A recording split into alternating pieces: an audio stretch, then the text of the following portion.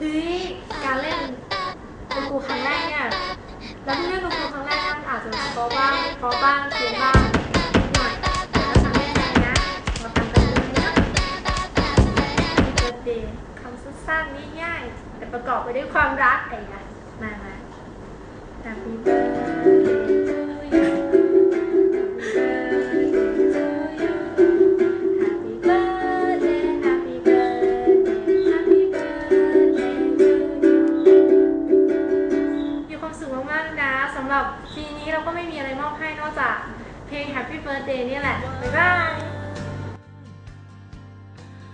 จนวันหนึ่งได้เจอคนหนึ่งที่ทั้งชีวิตเคยคิดว่าไม่เจอเธอมาทำให้ฉันยิ้มได้อีกครั้งเหมือนเธอคือแสงของปลาย